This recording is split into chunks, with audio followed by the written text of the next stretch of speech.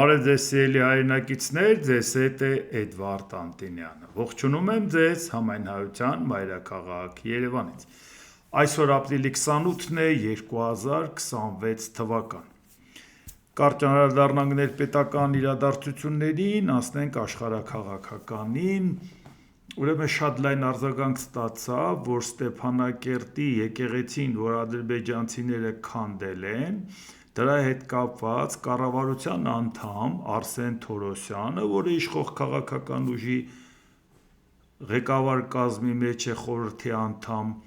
պարզաբանել էր, իսկ այդ պարզաբանելը շատ կարևոր է մեզ համար։ Այսինքն ադրբեջանցիները ավիրում են հայկական եկեղեցին, հարց են տալիս կառավարության անդամին ինչ կարծիքի եք, ինքը ասում է ոչ մի բան, դա Ադրբեջանի տարածքն է, իրանք ինչ ուզում են անում են, բայց ինչա նշանակում իրանք տարածքում ինչ ուզում են անում են, միջազգային կոնվենցիաներ կա, օրենսդրություն կա, խաղի կանոններ կա, ի վերջո խաղաղության ես գնում այդ պետության հետ, շատ կարևոր է վստահության մթնոլորտ լինելը, բայց բացատրում է։ Հիմա Ադրբեջանը սադրանքի է գնում, մենք պետք է այդ սադրանքին տուրք տանք։ Ինչի համար։ Դա մեզ ինչ է տալիս։ Հա, շատ ավելի լավ պարզաբանում հազիվ հնարավոր լիներ լսել։ Այսինքն մեզ խաղաղությունը խոստացել է Իլհամ Ալիևը։ Նիկոլ Փաշինյանը, որ ասում է խաղաղություն, ինքը իր անունից չի ասում, ասում է դե մենք խաղաղություն սենց տենենց ուզում էինք, բայց Ալիևի հետ եկել ենք համաձայնության, խաղաղությունը դե պետք է փոխշահավետ լինի, այսինքն իրանց էլ պետք է ձեռք տա, հետո բիզնես են անում իրար հետ, դա այնքան շահութաբեր է իրանց համար, շահավետ է, որ ինչի պետք է իրանք էլ խաղաղություն չուզեն։ Այսինքն իրանց ինչին է պետք Հայաստանի տարածքը վերցնեն, եթե իր տարածքով Հայաստան բենզին է մտնում, այս Նիկոլ Փաշինյանի խելքն է, դե ոչինչ, դե մենք գիտենք, այնպես չի որ տեղյակ չենք։ Բայց ուրիշ է։ Ալիևի անունից 1000 տարով մեզ երաշխավորված խաղաղություն է տրվում, մեկի էլ կառավարության անդամն ասում է Ադրբեջանը գնում է սադրանքի, բան չի գնում սադրանքի, այսինքն իրան խաղաղություն պետք չի։ Ու եթե ինքը սադրանքի է գնում, մենք պետք է զիջենք, եթե չզիջենք, ինքը այդ սադրանքը առիթը կօգտագործի ագրեսիվ գործողության համար։ Խաղաղասեր Ալիևը, խաղաղության աղավնի Ալիևը։ Իսկ այդ դեպքում հարց, բա ամեն օր ենք մենք խոսում օգոստոսի 8-ի փաստաթղթից հետո, որ Ալիևը հատկապես ակտիվացրել է Արևմտյան Ադրբեջան խոսույթը։ Գրքեր են տպում, բուկլետներ են տպում, սիմպոզիումներ են անցկացնում, այդ ամեն ինչը միջազգային հարթակներ են հանում, միջազգային սիմպոզիումներ են անցկացնում, քարտեզներ եւ այլ, որ Հայաստանը դա Արևմտյան Ադրբեջանն է։ Հիմա հարց, սադրում է Ադրբեջանը, իհարկե սադրում է։ Կանգնում ասում է ինչի պետք է տանկով մտնենք, եթե կարանք ավտոմեքենայով մտնենք, դա մեր պատմական տարածքներն է, մեր կառույցներն է հոգևոր, գալու ենք վերականգնենք, այսինքն ինքը ավիրում է մերը, բայց գալու է վերականգնի իրեն։ Բացի դրանից մեկ ուրիշ սադրանք, ասում է 300,000 ադրբեջանցի պետք է վերադառնա։ Ինչա, ասել է որ այդ մտքից հրաժարվում է, ոչ, բա հիմա ինչա, մենք պետք է սադրանքի բան անենք, առճակատման գնանք եւ չթողենք, որ այդ 300,000-ը գա ըստ Արսեն Թորոսյանի։ Կամ էլ թե չէ Ադրբեջանը մեզ 150 միլիարդ փող է ուզում, ասում է օկուպացրել եք այդ տարածքները, այդ փողերը տվեք։ Սադրանքի է գնում, իհարկե սադրանքի է գնում, բան չի է գնում։ Իսկ եթե մենք մտածենք, որ գիտենք, որ սադրանքի է գնում, հո մենք դրան նենց չենք գնալու առիթը տանք իրան, որ ինքը իր սադրանքը ի կատարածի։ Այս սա է խաղաղությունը Ալիևի անունից մեզ խոստացված։ Եվ պատահական չի 150 միլիարդի հետ կապված, հենց պատահական թիվ չէր, որովհետև իսլամական համագործակցության կազմակերպությունը անցյալ տարի հունիսին, երբ որ իրանք այդ որոշումը կայացրեցին, ինչ արեցին, իրանք 57 պետությունով քվեարկեցին, դատապարտեցին Հայաստանի, որ ինչի 150 միլիարդը չես տալի եւ ինչի 300,000 ադրբեջանցու չես ընդունում։ Այսինքն դա այնպես չի, որ մենք ենթադրում ենք, որ Ադրբեջանը դա անելու է, նա այդ ուղղությամբ հետևողական քայլեր է անում։ Այսինքն նշանակում է ձեր խաղաղությունը ոչինչ է, որովհետեւ նախ Ադրբեջանը կարող էր, չէ, ընտրություններից առաջ եկեղեցին չքանդել։ Դա խաղաղության է գնում, իմաստը որն էր։ Մանավանդ ինքը շահագրգռված է, որ Նիկոլ Փաշինյանը ընտրվի։ Բացի դրանից էլ խաղաղության պայմանագիրը նախաստորագրված է, ստորագրված չի։ Ինչին էր պետք սպասել, միանգամից կստորագրեր, դրանից հետո կավիրեր։ Կարելի է կարծել, որ այդ քանդեց մի րոպե հետո ընդեղնեց մի հատ կառույց է սարքելու, ու առանց դրա չէր լինի։ Դա ակնհայտորեն արվել է հիմա, որպեսզի Ադրբեջանն ասում է. ես ձեզ ասում եմ, չեմ խաբում։ Դուք ընտրելով Փաշինյանին, դուք կատարելու եք իմ պահանջները։ Նախապես իմացեք իմ պահանջները, որ հանկարծ չասեք, բա դուք ինչի խաբեցիք, բա դուք մեզ խաղաղություն էիք խոստացել։ Երբ որ Ալիևն ասում է, ես ուզում եմ պայմանագիր կնքեմ հայ ժողովրդի հետ, ոչ թե Փաշինյանի հետ, հենց դրա համար է ասում։ Հայ ժողովուրդ, դու գիտեիր, որ ես քեզ 300,000 ադրբեջանցի վերադառնալու սադրանք եմ պատրաստել եւ քայլ եմ արել, հենց այնց չեմ ասել։ Դու գիտեիր, որ ես 150 միլիարդի պահանջ եմ ներկայացրել։ Դու իմանալով ես ընտրել այն իշխանությանը, որն ասել է գնում ենք խաղաղության ինչ Ադրբեջանն ուզի տալու ենք։ Բա ինչ չենք պատերազմելու։ Այսինքն ամենապարզ օրինակով դուք հասկացաք, թե ինչի են տանում մեզ, ուր են տանում մեզ, եւ այն մարդը, որը որ ընտրում է, այսինքն ընտրելով Նիկոլ Փաշինյանին, ինքը ասում է, այո, ես ընտրում եմ Ադրբեջանի նախագահի պահանջը, որտեղ Ադրբեջանի նախագահը պահանջ է դրել, ասել է սահմանադրությունը կփոխեք, նախաբանը կհանեք, անկախության հռչակագիրը։ Դա էլ է ինքը նախապես այդ պահանջը դրել։ Չի սպասել Փաշինյանը ընտրվի նոր դնի, ասում է, ոչ, դա պետք է փոխես։ Այսինքն ընտրելով Փաշինյանին, դու կատարում ես նաև Ալիևի հաջորդ պահանջը, դու չես կարող չկատարել, եթե ընտրել ես, պետք է ասի, բայց հանրաքվեն ոնց չես անում, կռիվ ես ուզում, պատերազմ ես ուզում Ալիևի դեմ։ Խնդրեմ, այսինքն մենք սա պետք է նկատի ունենանք առաջիկա ընտրությունների հետ կապված, որ Ադրբեջանը թվում է, թե բահամուզում է Փաշինյանին, համին չի սրանք անում։ Այո, անում է, որ ասի հայ ժողովուրդ, դուք գիտակցաբար եք գնացել ընտրել Ալիևի պահանջ կատարողին, հետո հանկարծ չլինի, որ ասեք մենք չենք կատարելու Ալիևի պահանջը, դուք արդեն ձեր ընտրությամբ այդ պահանջը կատարում եք։ Հենց սա է հարցը, որ ուզում եմ, որ լավ մարդիկ պատկերացնեն, ինչու ենք հստակ համառորեն պնդում, որ այո, ընտրելով այս իշխանությանը, դուք արդեն գիտեք, որ պետք է կատարեք Պուտինի, Էրդողանի, Ալիևի, լայել չեմ ասում Իրանի հետ կապված ոսկի պարզել չի, թե նախագահի ասածը պետք է կատարվի, թե հոգևոր առաջնորդի, մի բան հաստատ գիտենք, որ Իրանը ինչ ասի պետք է կատարվի։ Այսինքն սա է մեզ սպասվում, բայց հատկապես Ադրբեջանի հետ խաղաղությունը արժենալու է այդ գինը։ Դրա համար որ ասում ենք հարգելիներս, գնացեք եւ ձեր ընտրությամբ ձայնը տվեք այլընտրանքի, որպեսզի հաստատ իմանաք, որ այդ ձայները որևէ կերպ չի օգնելու Նիկոլ Փաշինյանին վերընտրվելու հարցում։ Բացարձակ, դուք շատ լավ գիտեք Նիկոլ Փաշինյանին աջակցող ուժերին, որոնք չեն էլ թաքցնում, որ եթե իրանք հայտնվեն խորհրդարանում, իրանք իրանք ձայնը տալու են Նիկոլ Փաշինյանին։ Մի նորություն չի։ Դուք տեսել եք, որը չեն էլ թաքցնում ռուսամետ ուժերը, որ ասում են այո, մենք համաձայնության կգանք եւ մեր ձայներով միասնական տեխնացու կունենանք։ Դաշտը այնքան պարզ է, այդտեղ որևէ բան չկա կասկածի տեղ, բայց ինչի այդքան պարզ պարագայում, երբ որ ասում ենք ոչ նրան կմիանանք, ոչ նրան, համառորեն բոլոր կողմերից հարձակվում են Հայաստանի շնորհապետական կուսակցության վրա, Գուրգեն Սիմոնյանի վրա, ինչ ասեք հորինել, միայն ինչի համար, որովհետև երկու կողմին էլ ձեռնտու չի, ոնց թե, բա մենք ձև չունենք, որ դուք անցնեք, բա այդ ձեները մեզ միանա, բա այս կողմ, բա այն կողմ, չէ ժողովուրդ ջան, ձեզ չի միանալու, ու դա ձեզ չի փրկում, որ դուք առավոտից երեկո փորձեք, ասեք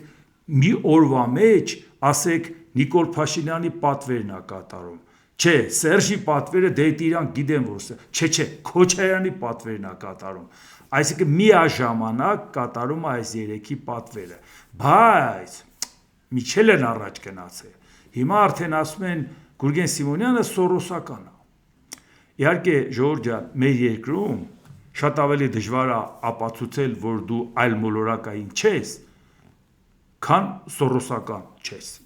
Ինչի, որովհետև եթե մեկը ասի, որ դու այլ մոլորակային ես, ստիպված պետք է սխառը ընտրությունների պահին գնաս այդ բոլոր մոլորակներից տեղեկանք բերես թաղային լիազորից, որ դու իրանց մոլորակի բնակիչ չես, էլի հանդիսանում։ Ահագին բարդ գործ է։ Իսկ սորոսականը դա այնքան հեշտ է ապացուցել, որովհետև այդ բոլոր ֆինանսավորումները կատարվում է հրապարակային, տպվում է։ Քոչարյանի ժամանակ է Սորոսի գրասենյակը հիմնադրվել եւ այդ ընթացքում քոչարյանականները, սերժականներն ու նիկոլականները շատ-շատերը գրանտներ ստացել են եւ այդ գրանտները հրապարակային կապ բոլորի հետ կապված, ովքեր են աշխատել, ովքեր են համագործակցել ու ովքեր են գրանտ ստացել։ Հնարավոր չի այսինքն լիներ սորոսական եւ քո վրա փաստ չլինի, որտեղ դա նրանք գումարները վճարում են հրապարակա, բայց այդ դեպքում հարց, բա ինչի համար եք դա ասում։ Մի բան որ չեք կարող ապացուցել, ինչու համար է դա ձեզ պետք։ Ընդհանրապես մի բան, ոնց թե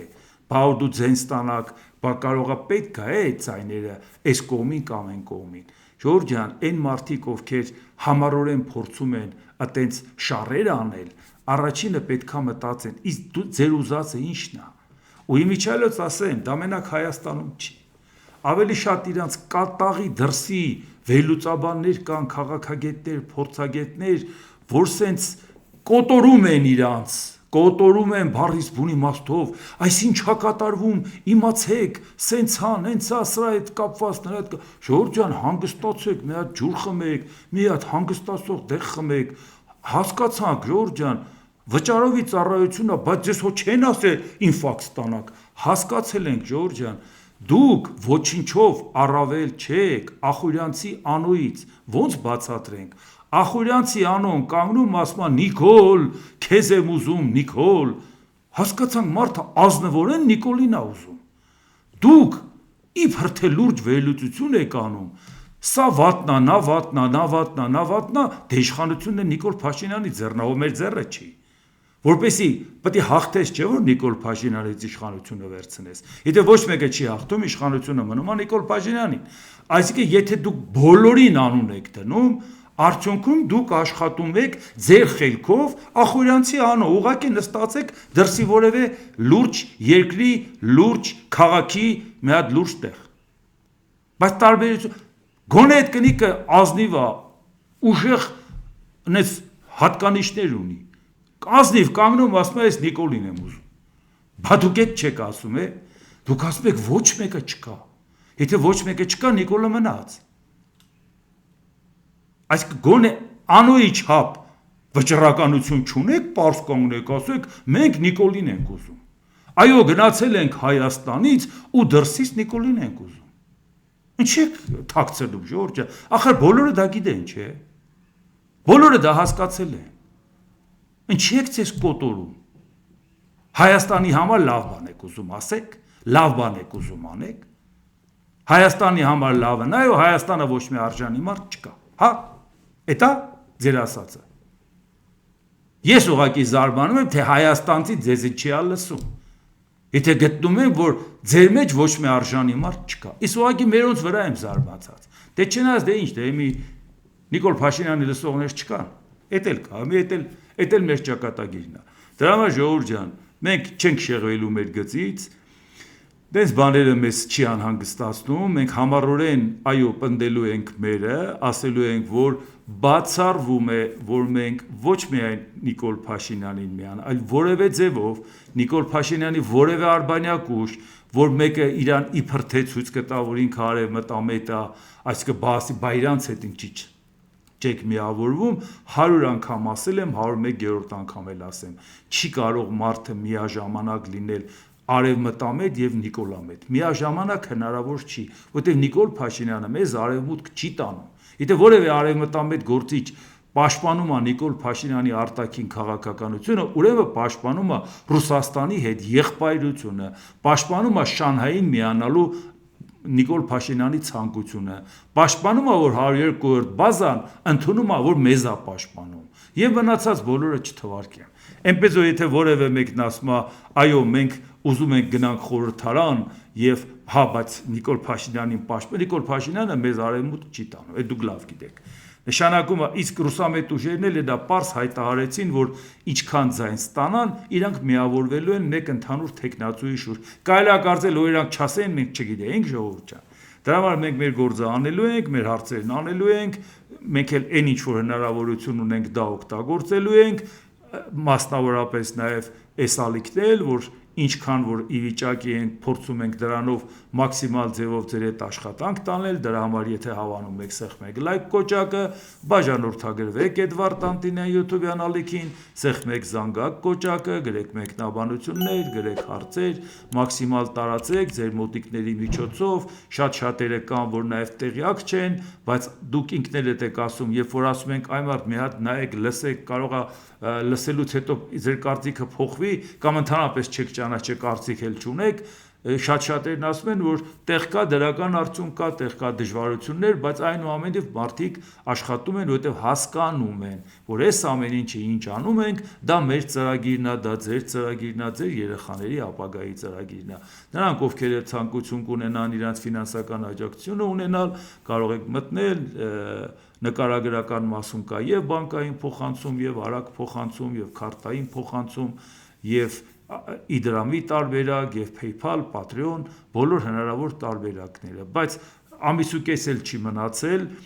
շատ ավելի օգտակար կլինի, եթե կապ հաստատեք Հայաստանի շնորհապետական կուսակցության գրասենյակի հետ, կուսակցության նախագահ Գուրգեն Սիմոնյանի հետ, եւ այնտեղ էլ շատ կազմակերպական հարցեր կա ամբողջ հանրապետությունով, բարբերաբար մենք մարզային այցելությունների ենք գնում, մարդիկ կան, որ ասում են տեղերում էլ աշխատանք ունենք անելու, շատ հարցեր կա, ավելի մաքսիմալ ձևով կարողանանք մարդկանց իրազեկենք այն ինչ անում ենք, ծրագրերին ներկայացնենք, դրա համար նաեւ շատ ավելի կարեւոր է, որ կարողանանք նաեւ ձեր ցանկության դեպքում ձեր հնարավորության սահմաններում նաև ֆինանսական աջակցություն ունենալ գրասենյակին, տեսնում եք, որ ինչ անհավասար կռիվ ենք մղում, հերիք չի, որ այդ երկու ուժերի դեպ կռիվ ենք մղում, այդ երկու ուժերի սպասարկողներն էլ ներսով ու դրսով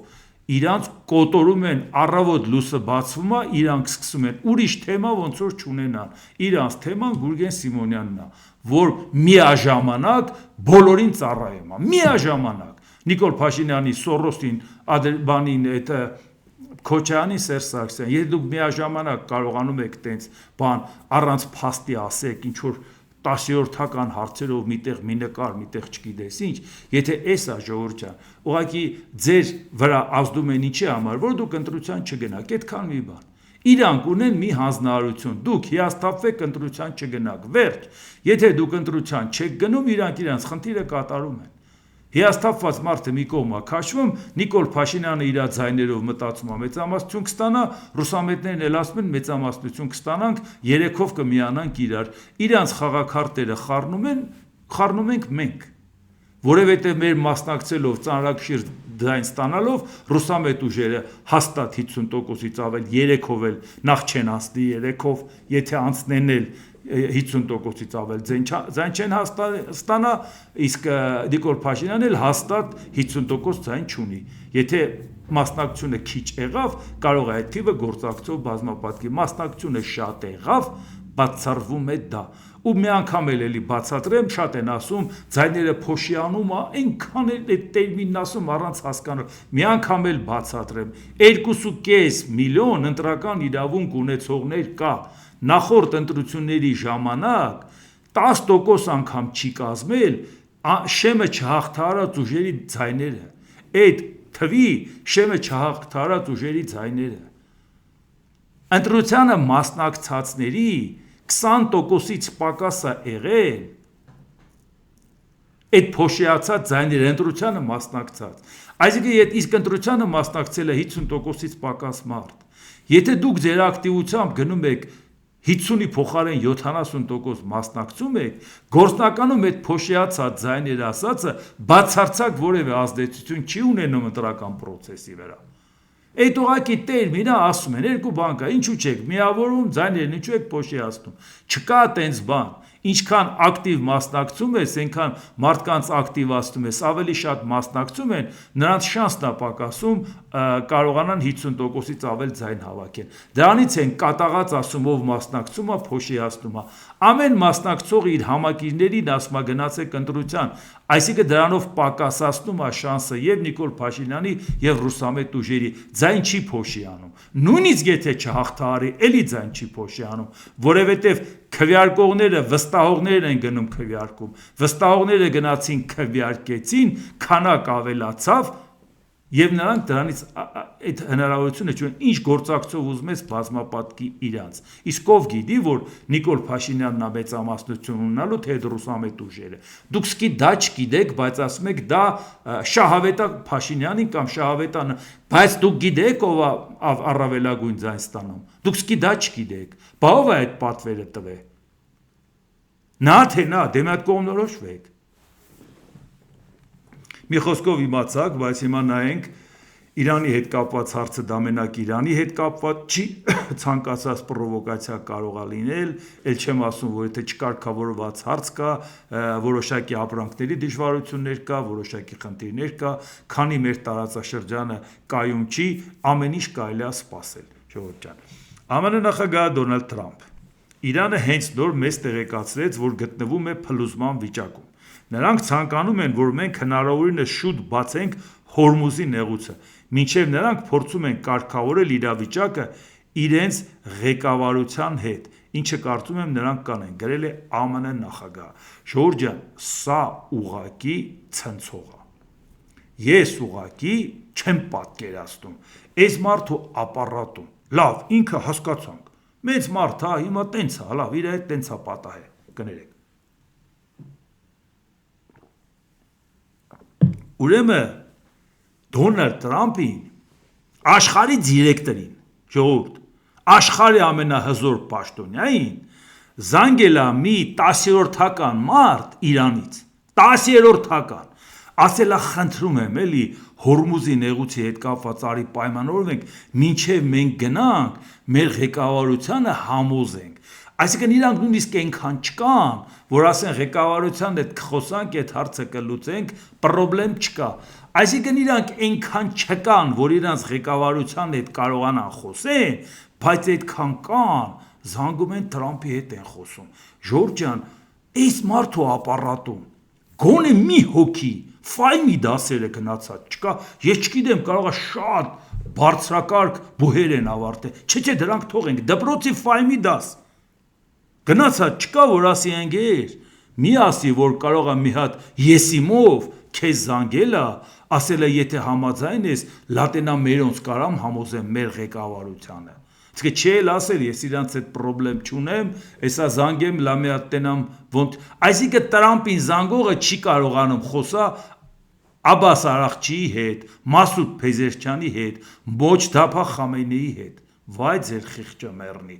ժողովուրդ փրկեք այդ մարդուն,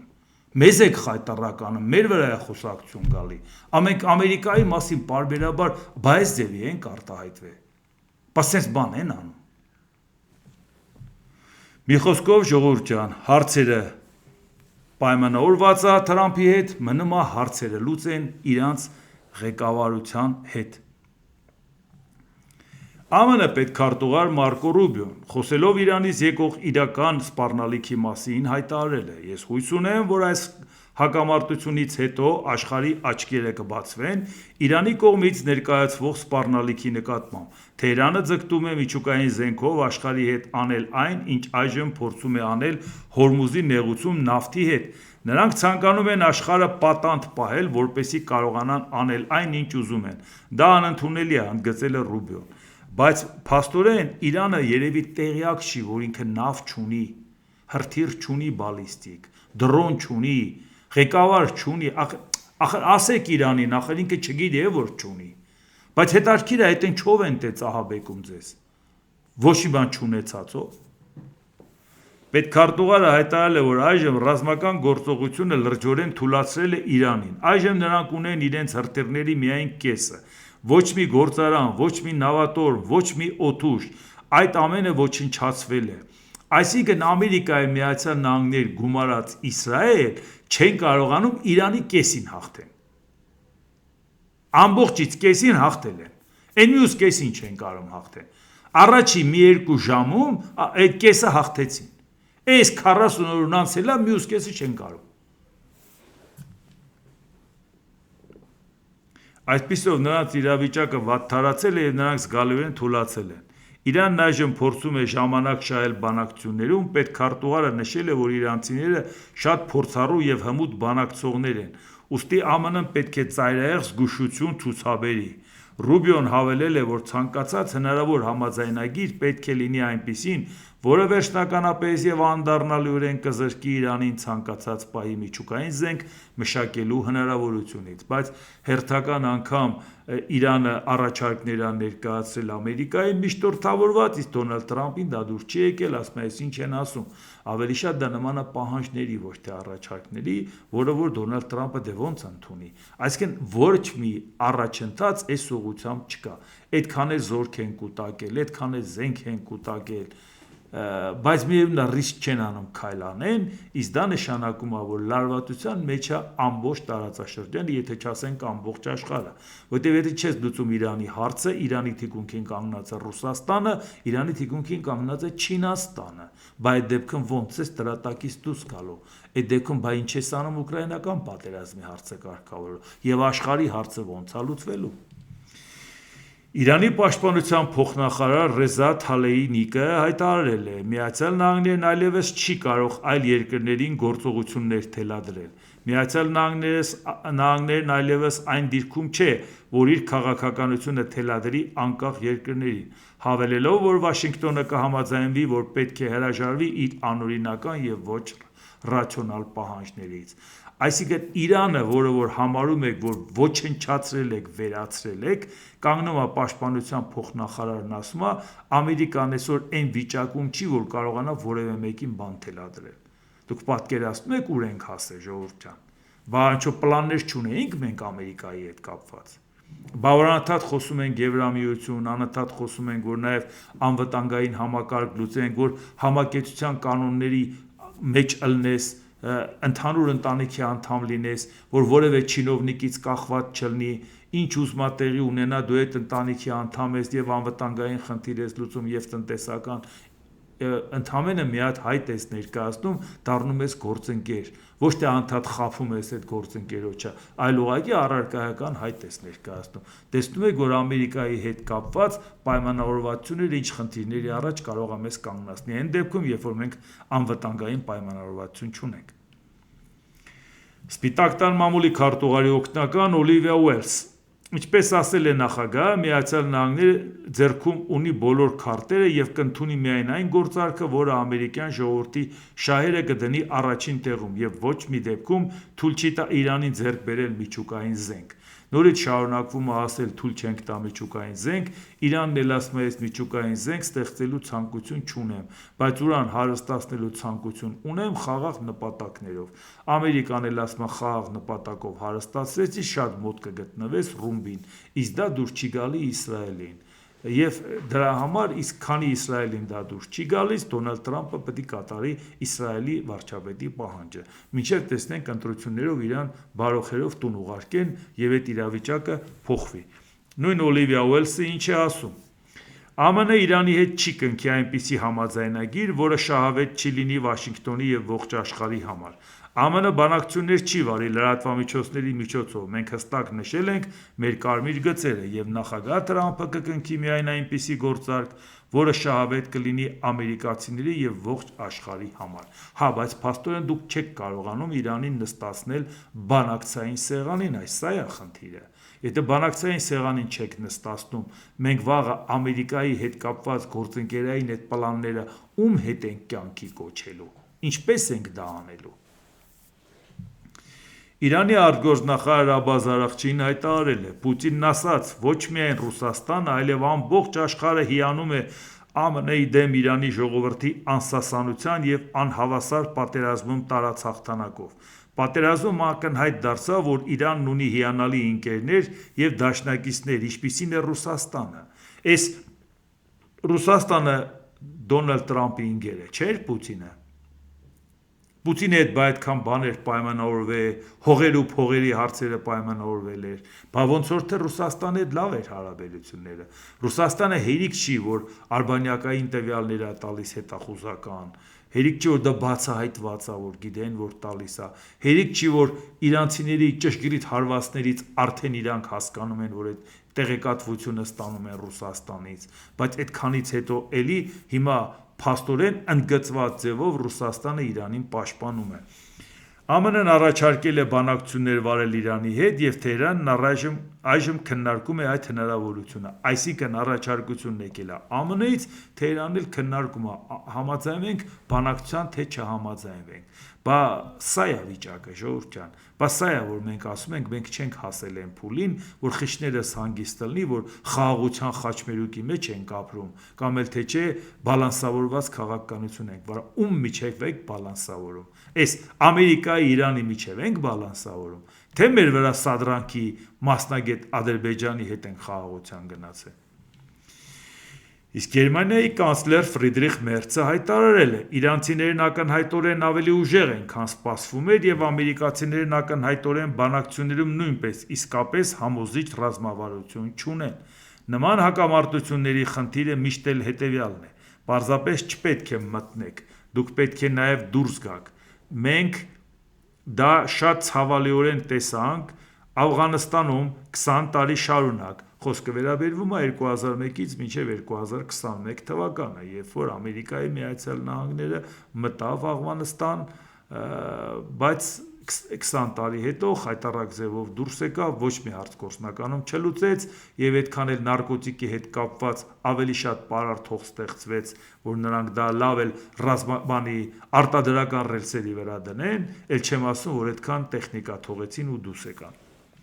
Մենք դա տեսանք Իրաքում, դե Իրաքը մինչև հիմա տեսնում եք ինչ վիճակ է, ու տենց է չի կարգավորել։ Իրաք էլ մտել են 2003 թվականին, եթե մենք չենք հաշվում փոթորիկ անապատում, որը Քուվեյթը ազատագրելու նպատակով այլ հենց 2003 թվականի պատերազմի մասին, մինչև այսօր Իրաքի խելքը գլուխ է եկել է։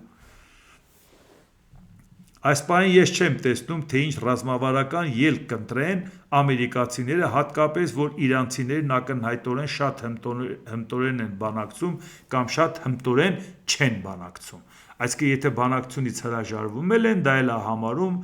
Ֆրիդրիխ Մերցը, որ դա էլ է հմտություն, որ չենք բանակցում, որովհետև չենք տեսնում իմաստ։ Գերմանիան այժմ պետք է առաջատար դեր ստանձնի Եվրամիությունում, դաշինքն ունի 100 միլիոնով ավելի բնակիչ, քան Ամերիկայի Միացյալ Նահանգները, եթե մենք ավելի արդյունավետ միավորվենք և միասին անենք, կարող ենք լինել առնվազն նույնքան ուժեղ, որքան Ամերիկայի Միացյալ Նահանգները։ Այո, Եվրամիությունը մոտ 450 միլիոն բնակչություն ունի, Ամերիկայի Միացյալ Նահանգները 340 մի քիչ ավել, 100 միլիոնից մի քիչ ավել է տարբերությունը, բայց էդ էլ քիչ են հաշվում, որովհետև մենակ Եվրամիության այսօր չես կարող հաշվել, Մեծ Բրիտանիան Եվրամիությունից դուրս է եկել, բայց Մեծ Բրիտանիան լիովին տեղավորվում է եվրոպական համընդհանուր ընտանիքի գործերի մեջ։ Այսինքն ստացվում է այնպես, որ Գերմանիան, որը ունի ամենամեծ բնակչությունը Եվրամիության և ամենամեծ համախառն ներքին արդյունքը, ինքը հազիվ առիթ է այդ կասկածամտությունը, որ Գերմանիան կարող է զինվի և վտանգ առաջացնի, հիմա Գերմանիային խնդրում են, որ ինքը զինվի, ինքն էլ ասում է, դե որ շատ եք խնդրում, մի կերպ կհամաձայնվենք։ Ես ստացվում է այնպես, որ ընդգծված ձևով ասում են, այո, մենք պետք է ստեղծենք մերը և մեր անվտանգությունը պահենք, որովհետև ինչ իմաստ ունի մենք 450 միլիոնանոց համայնքով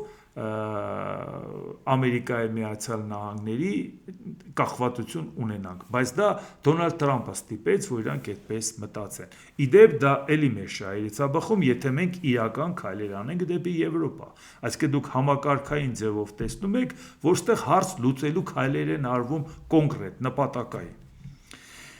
Մեծ Բրիտանիայի թագավոր Կարլ III-ը և թագուհի Կամիլան ժամանել են Միացյալ Նահանգներ, այցը քառօրյա և տեղի է ունենում իրանական պատերազմի, Թրամփի ու Միացյալ Թագավորության կառավարության միջև հակասությունների պայմաններում, իհարկե հանդիպում եղել է Դոնալդ Տրամփի հետ, կարևոր այն չի, թե ինչ քննարկեն, ինչ բարեկրթական զրույցներ կանեն, թե ինչ սկանդալային բաներ կլինի, թե պրոտոկոլը կպահի, թե չէ, Տրամփը, ասենք, շփվելով թագավորի հետ ինչ անի, դրանք այլ հարց է, զուտ փաստը նայենք, որ այո, այս լարված իրավիճակում Կարլ III-ը հանդիպել է Դոնալդ Տրամփի հետ, հարցերը կարգավորելու առումով դեռ հեռու են, որ Մեծ Բրիտանիան նորից սերտացնի հարաբերությունները Ամերիկայի Միացյալ Նահանգների հետ, որովհետև Մեծ Բրիտանիան համաեվրոպական ծրագրի կողքին է կանգնած, Ուկրաինայի թիկունքին է կանգնած և ինքը այդ գծից չի հրաժարվելու։ Եթե թագավորին հաջողվի հարաբերությունները մեղմացնել, միայն ուրախ կլինենք, որովհետև ամենավատ երազում կարելի էր տեսնել, որ Միացյալ Նահանգներն ու Մեծ Բրիտանիան լուրջ հակասություններ ունենան,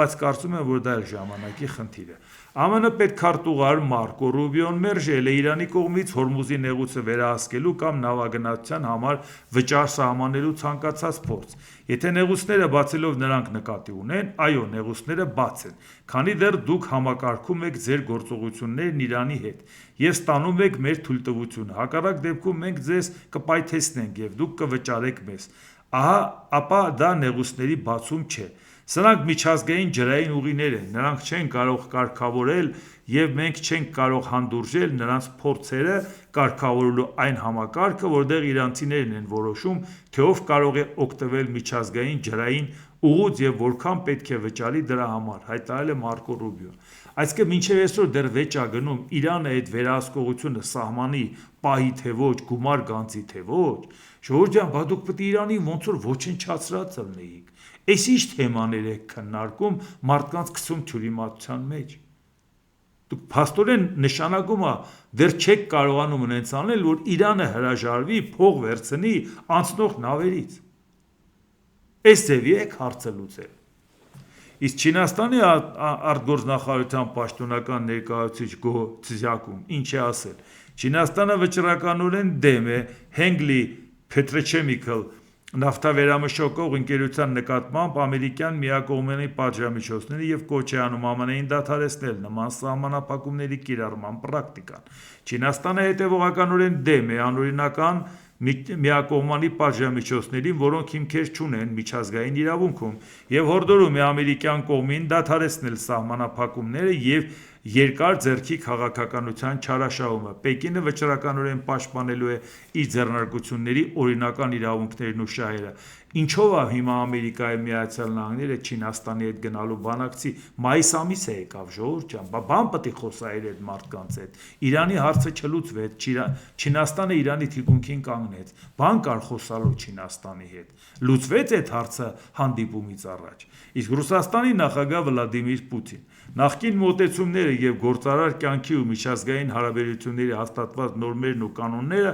աստիճանաբար կորցնում են իրենց ուժը, այդ թվում արևմտյան պետությունների գործողությունների պատճառով, որոնք կորցնում են իրենց առաջատար դիրքերը և տեղը զիջում աճի նոր կենտրոններին՝ գլոբալ հարավի երկրներին։ Պուտինի խոսքով ժամանակակից աշխարհում ավելի ու ավելի կարևոր դեր է խաղում այն երկրները, որոնք հասկանում են ինքնիշխանության կարևորությունը։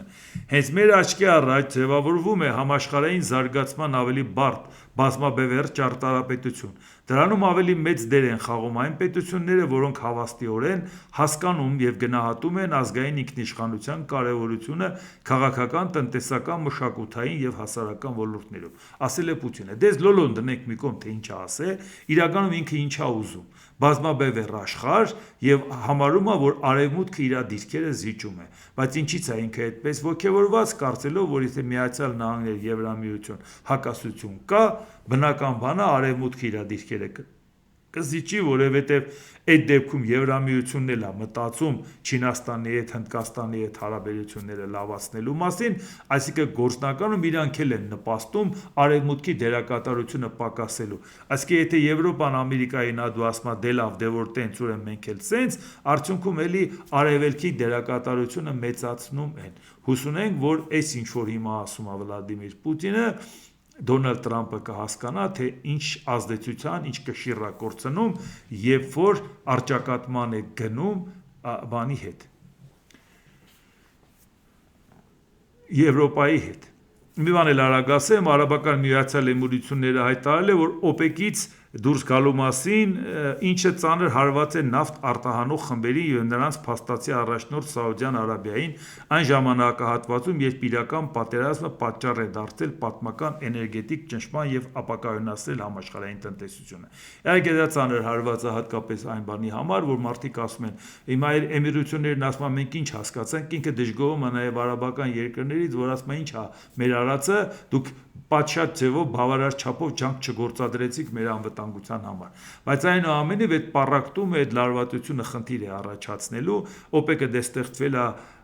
այդ կազմակերպությունը նավթ արտահանող կազմակերպությունը 1960 թվականի սեպտեմբերին, 61 թվականից է սկսել գործել, պարբերաբար միասնական քաղաքականություն տանում են նավթի արդյունահանման հետ կապված, պաշարները, որ նայենք OPEC-ի երկրները ունեն 2/3, արդյունահանման հետ կապված, արտահանման հետ կապված 1/3, ընդհանրապես արդյունահանման մոտ կես։ Այսինքն բավական լուրջ կշիռ ունի եւ այս պառակտումը համենայն դեպս իրանց շահերից չի բխում, եթե նրանք միասնական քաղաքականություն առաջ չտանեն։ Չմոռանանք, որ մի անգամ եղավ 1973 թվականի հոկտեմբերի 17-ին, երբ որ արաբական OPEC-ը, այսինքն արաբական երկրները նավթ արտահանող, երբ որ արդեն սկսվել էր Յոմ Կիպուրի պատերազմը, Եգիպտոսն ու Իսրայելը, ներողություն, Եգիպտոսն ու Սիրիան հարձակվել էին Իսրայելի վրա, ահեղ դատաստանի կրոնական տոնի օրը 73 թվականի հոկտեմբերի 6-ին, հետո Ամերիկայի աջակցությամբ հակառակ կողմ գնացին, բայց քանի որ արդեն այդ երկրները մտածեցին, որ Իսրայելին օգնում են, իրանք նավթային էմբարգո մտցրեցին, դա այն հայտնի էմբարգոն է 73 թվականի։ Կոնկրետ երկրների նկատմամբ եղավ, ովքեր Իսրայելին օգնում են, Միացյալ Նահանգներ, Կանադա, Եվրոպայից դա Մեծ Բրիտանիան էր եւ Նիդերլանդները, եւ մեկ էլ Ճապոնիան։ Իհարկե ազդեցությունը շատերի վրա էր, մենակ դրանց նպատակային կոնկրետ դա, որը նաեւ փոխեց քարտեզը, Ռուսաստանը դրանից շահեց խորհրդային միությունը, այն ժամանակ Ռուսաստանը չէր, որտեղ սկսեցին չվստահել արաբական երկրներին, հետո էլ հիմա Ռուսաստանին չեն վստահում, հիմա էլ արդեն արաբական երկրներն են քայքայվում, պառակտվում, միասնական քաղաքականություն չեն վարում։ Այսինքն սա հետևանք է ունենալու, նույնիսկ որովհետև Էմիրություններն ասել է մայիսի 1-ից է դա ուզում դուրս գա։ Դա այսինքն նշանակում է մենք մեր քվոտաները որևէ մեկի հետ չենք համաձայնացնելու։ Եթե տենց է, ուրեմն տենց է։ Առանձին քաղաքականություն կվարեն թե Իրանի հետ ինչ կպայմանավորվեն, թե Ամերիկայի հետ ինչ կպայմանավորվեն, համենայն դեպս միասնական քաղաքականություն այլևս չեն կարող տանել։ Իսրայելը ազդելու աշխարհի վրա զարգացումների վրա, այնպես որ սրան էլ մենք ուշադիր կհետևենք։ Դե ինչ, այսօր այսքանը, դիտեք եւ դատեք ինքներդ։ Շնորհակալություն։